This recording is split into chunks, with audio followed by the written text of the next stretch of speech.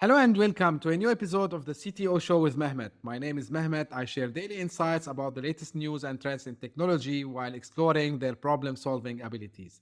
I also talk about startups and the entrepreneurs behind their innovative products and services. Today, in this episode, I'm very glad to be with Joe Rockey, who's joining me from the United States, from Philadelphia. And just I will leave it to Joe to introduce himself, what he does, and then I will start, the show properly. Yeah, thank you for having me on. First off, I'm with elitebusinessconversations.com. It's one of my newest business ventures that I have. What we do is we give obviously keynote addresses to all types of various arrays of areas, primarily for sales victory conferences and making yourself a better workflow environment. Ultimately, our business does business coaching consulting to help businesses overcome their hurdles where they have plateaued or stalled out at a place they didn't want. And typically, those areas come to be that the business is no longer giving the owner what they want, whether that be the goal of having more time, the goal of having more sales, or the goal of pushing a personal agenda or issue. We help businesses achieve all of those ends and to make it to how that the owner and management staff wants it. Before that, in another lifetime, I've created 15 different entities, including two different podcasts and a lot of other stuff. Um, the industry list that I've been on is massive and long, but nonetheless, not to give you a 20-minute introduction and waste the whole show here, to dive into the importance of sales and startups. That's key, and yeah, that's absolutely key. That's fantastic, Joe. Like, actually, this is exactly my first question to you. Now, Mhm. we are seeing this little bit kind of a hype where um, young entrepreneurs, they want to be solopreneurs, right? And they want to start by themselves. They have the technical know-how, but they say, hold on one second, like, hold on. I need to do sales. I need to do marketing. So Mhm. like here I think where having the knowledge about sales come into the picture, right? Yeah, yeah. So let's start with the fundamental fact: the bakery that lasts the longest is not the one with the best bread; it's the one that sells the most bread. That's a fact of life. So for so many people who are solo entrepreneurs, which I was one of you, still am, I guess, technically one of you. Um, the issue that most people have is they focus primarily upon their product. What am I good at? What's going to be amazing? What makes me stand out? All that's important. You certainly need it. I am not discounting it. But that is only a third of the sales journey. It's the final third. The first third is what's commonly known as marketing. People need to know who you are and have a desire to come check you out. Number two, when they are with you have to have the ability to transfer a conversation into exchange of resources. For most people, that's give me money, I give you something back. And the third side is that product is ultimately awesome and delivers on what you said it was going to deliver. So, where most solo entrepreneurs come into play is they have the product. It's awesome. It does all of this cool stuff that no one else can do. And because I thought of it, it is better, period. End discussion. I got you guys. I'm that guy. That being said, though, that's a really good way to burn yourself out. Really get upset at yourself that the business doesn't work because no one's buying it. And a simple fact of the sales world is rejection is common.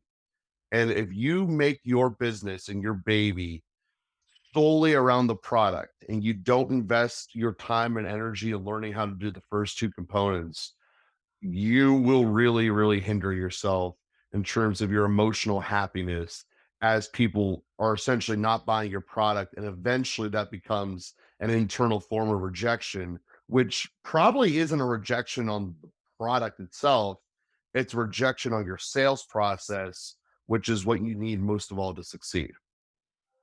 So talking about process here, like Mhm. for someone who's just starting, as I said, like where they can start to get this information, like, okay, I have this good idea, I have this good product, I know that it solves a fundamental problem probably for a large set of people. So where do you think they can start? What is the number one thing that they have to look in before going in front of the customer? So first, you need to figure out how to get customers to find you, right? So what I would recommend is for whatever space your product is in, is search how similar products are being purchased and discovered. So say you're selling something as simple as rock salt to de-ice the roads for all of our northern countries out there. And you've come up with this new formula. Chemically, it's going to be better for the road, better for the environment, all this great stuff. And it also works at lower temperature. So it's the best of the best in terms of de-icing. Well, how do end clients end up getting that? How are those purchases, how are those companies even discovered? That's really your starting point. How do I get discovered? Step one of the funnel. People need to know who I am. How can that be done? Are people searching on Google? Are they going through trade platforms? If so, what are the trade platforms? And you just need to know that because you have to be able to be found. And then you finally get the client in front of you. You need to know essentially what is the competition I'm fighting with in terms of pricing. So, what I recommend to everyone, and this tends to be natural for people who are creating their own entrepreneurs from the product standpoint, is make the best product, period. Especially early on with your developmental side, you're not going to be able to win a quantity battle. You'll be able to win a quality battle. So have the highest quality thing you possibly can. And it really helps you in the middle phase of the sales process. You walk into someone, you have the best quality product, as long as it's reasonably priced correctly, you don't need to be good at sales. You can still have the highest price, but if the quality is so far out of the roof, you don't need to have this. I know how to relate to you. I know how to draw the emotions of you. I know how to turn this dry chemical into an emotion. I need to have this. You don't need to have those skills yet. I have the best thing in the world. I don't really know how to describe it, but it's here and it's awesome and you need it. A 3-year-old can make that sale. Like that's for those people who don't know how to sell, make your quality the greatest thing on the planet, and then we'll teach you how to make it better so that not only are you selling it at the highest price in your industry, you then eventually start moving the most of it. So that's how I would teach someone who's in a very raw startup point, never done sales before. Start with your bread and butter, make an awesome product, and make it the absolute best of the best. That's very informative. Now, here's the other thing. So starting, something is one area and then scaling this is another one. So how do you think, they could do some kind of prioritization for scaling the business? What comes number one? What should be number two? What should be number three from your experience while The scaling sales business? sales need to be number one because if you don't have sales, you can't hire more people. At the end of the day, most people don't like that answer because normally, as I was going through the 3 funnels of sales, people need to find you. You need to be able to exchange resources and the product. Those are the only real things that make you revenue. Every other part of your business is a drain on revenue without creating more. So that becomes in accounting world blank overhead expenses, sunk costs. So while computer systems are great, if they're not used to create and find more revenue, find more customers, they're just an expense. If you have a security guard who's in your building and he's not helping you get more sales, he's just an expense. Again, I'm not saying these expenses are meaningless or useless. I'm saying that those aren't what you focus upon when you're scaling. When you're scaling, everything needs to be in one of those 3 realms. Having people find me and want to be with me, creating more relationships where we're exchanging revenue for resources, and then making the awesome product. If it's not in one of those 3 things, you shouldn't focus upon it for scaling. So I first didn't answer your question because I told you what not to do. So stay within the side of revenue. That's the answer. Now to scale it, we got to realize where is our weak point. And this is going to be different based on every company upon their journey. When we look at our sales process, where is the largest snag right now? Is it we're not having enough people come in the door? Is it we're having so many people come in the door, we're not able to meet with all of the clients or potential clients right away? Or is it we're making the sales, but the back end product isn't getting there in time? So we need to look at which one of those snags is happening and we need to correct it. So for each company that's going to be different, it's going to depend upon, like I said, your current status, but that's the process and exercise you want to go through. Where are we weak at, and what do we need to make more? And then you ramp everything up in accordance to that. That's very insightful again. And, for me also, I have experience in sales as well. So you need to look exactly the way you describe it. So you are like a doctor, right? So you need to see where the Mhm. problem is. You need to say, okay, the problem is in the funnel. So let's fix the funnel. The problem is in the process. Let's fix the process. So very insightful, I would say. Now, here's the thing. And because I'm focusing on startups, like new businesses and this, um, Mhm. so um, some people, they think, oh, you know what, like, yeah, I have this good product, but I don't think I'm a good business owner. Mhm. Honestly, me, I don't believe in that, because everyone can actually sell.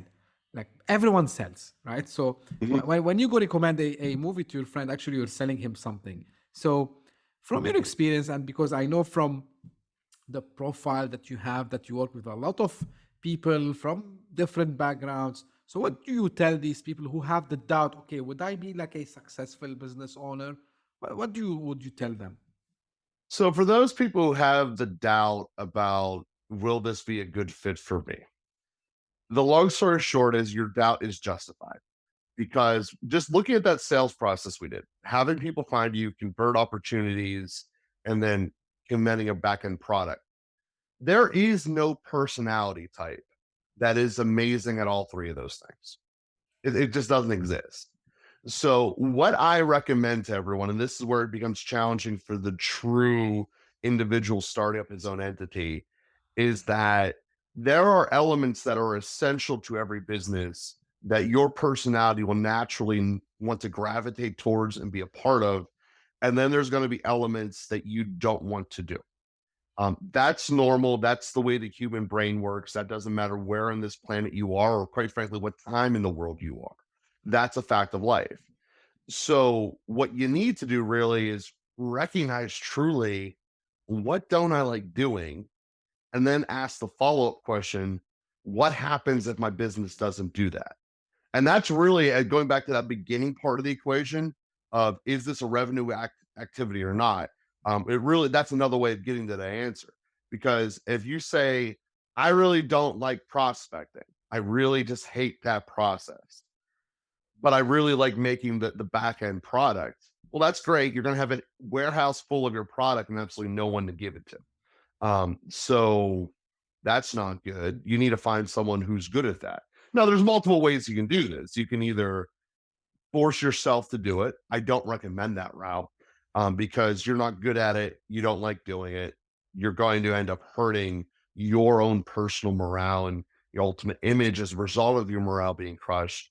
I recommend finding someone who can. For the true startups, this normally means outside help, whether it be hiring a firm or bringing on a temporary consultant type situation.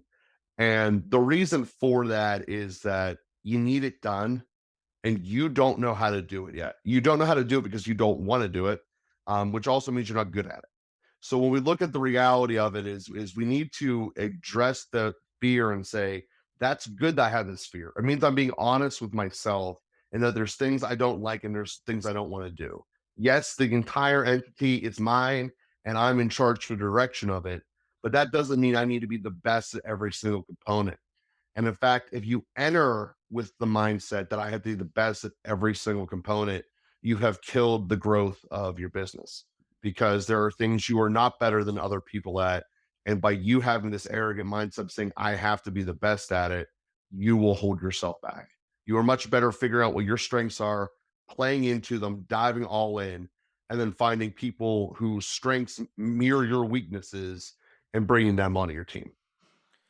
Fantastic. Now, Joe, something that came to my mind now, like you yourself, like you started it, I think, like long time back, multiple entities. Mhm. What was the thing that every time, I'm sure there was a first time that you faced a challenge, but I believe that with time you started to see a pattern. So what is the pattern, or what are the things that are common from your experience that, and let's share this with fellow entrepreneurs, that for sure 99% of the time they will face. Can you share that with us? Yeah, it comes down to expectations at the end of the day. Most entrepreneurs, most people in general, and I apologize if this is an American centric take because all of my clients except for four are American. That's fine. Um, so the the the the expectation that things have to work immediately now because I'm the one doing them. And I'm the best person ever, so therefore whatever I touch will be the greatest thing ever, and it's going to happen right now. That's not really how the world works. And it doesn't matter how great your product is, how revolutionary, how far ahead of everyone else is, it takes time and it takes energy. And unfortunately, it's not like if you were building a house from scratch where you can say, I got to do this amount of tasks. Because of that, once these tasks are done, the house is done and complete. Because you're in competition, it's like building a house on a treadmill. So if you don't get it done fast enough, parts of it go away. So you need to not only get your house built, you need to then get it progressing faster than everyone else around you. And it is a truly challenging task to do that when it's all said and done. But for those that achieve it, it is well worth it. So the answer is you need to have expectations that are realistic, and you need to map out the entire sales process as well as your entire operations process. I've been kind of glossing over the fact that you have an amazing product because this audience is an audience of self entrepreneurs and they are going to be already having their product idea. You need to have that fully mapped out of how that looks like from you creating it to the actual moment it ends up in your client's hands, whether it be a product or a service. So you need to have that fully mapped out as well as the entire sales process. And there needs to be some flexibility in that because no business is exactly the same way 3 years down the road as it is in the original thought process. But you need to have a general idea and a fairly specific idea. You don't need to have it down to this is the color of the wires or anything like that, but you need to have the gist of it. Like we're going to be making this, and this is how it's going to be. Um, that's I guess the ultimate answer is lining up the expectations, truly doing your thoughts through it of this is what it's going to take, and being ready to implement it and not hold yourself back. I like the analogy about building house on the treadmill. This is, and by the way, it's not American. I think it's something common everywhere. Wherever someone is listening or watching us will understand it. Um, can you tell me a little bit before we wrap up, Joe? Like more about. I think you have a podcast yourself as well. Like what is it about? Because I'm gonna share also the link for that for my listeners and viewers. Yeah. So of the two podcasts, Local Football Flavor is an NFL show where we combine fans of the NFL around the world together to come talk about football.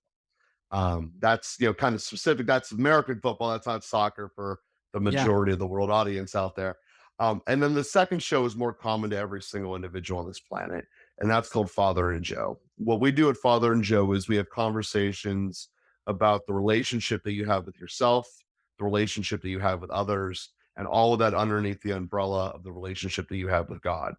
And in that being said, that's how we truly believe that we will make the world a better place, is realizing that it all starts with the relationship with ourselves and the relationships with others. And whether we like it or not, that's all underneath an umbrella of God. So that's the podcast. You can find it anywhere there's an audio based podcast. It's called Father and Joe, 3 words, Father and Joe. And then for those that want to reach out to me on a professional basis, the website is called elitebusinessconversations.com, and we can be found. We'll have a little 10-minute chat. We'll go from there.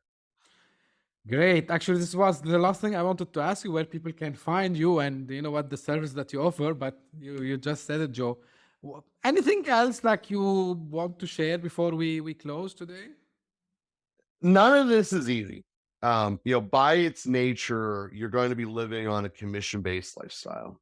And that means there's going to be times where you have no idea when the next dollars and cents come in. And there's potentially times that you're going to have more money raining down that you know what to do with. You need to be in a situation in your life where you can handle that roller coaster. It is a very, very emotional roller coaster once you get upon it, especially in the beginning when you don't know how to do your sales process. So, from an individual to individual level, try to figure that out and honestly look at your situation, those that you are responsible for right now in your life. If I'm going 6 months without a paycheck coming in, is this going to work or is the rest of my life going to implode? Because what so many business owners fail at is they don't look at the rest of their life. And ultimately, you're doing it for that reason. Sure, your product is going to be awesome and it's going to make a difference. But if the people around you get off the bus of your life, the entire thing will fail. It's just a matter of time. So make sure that you have that in line before you start. That's an awesome, I would say, recommendation from you. Thank you very much, Joe. I really enjoyed the conversation. I enjoyed the energy also I saw in you. So that's it for today. Thank you very much for tuning in. And as usual, if you have any questions, any feedback, I will share all the details that Joe mentioned about his podcast and his website. And you can reach out to me for, as I said, any question or feedback through email, or you can connect with me over LinkedIn or Twitter as usual. Thank you very much. And until we meet again in another episode, stay safe. Bye bye.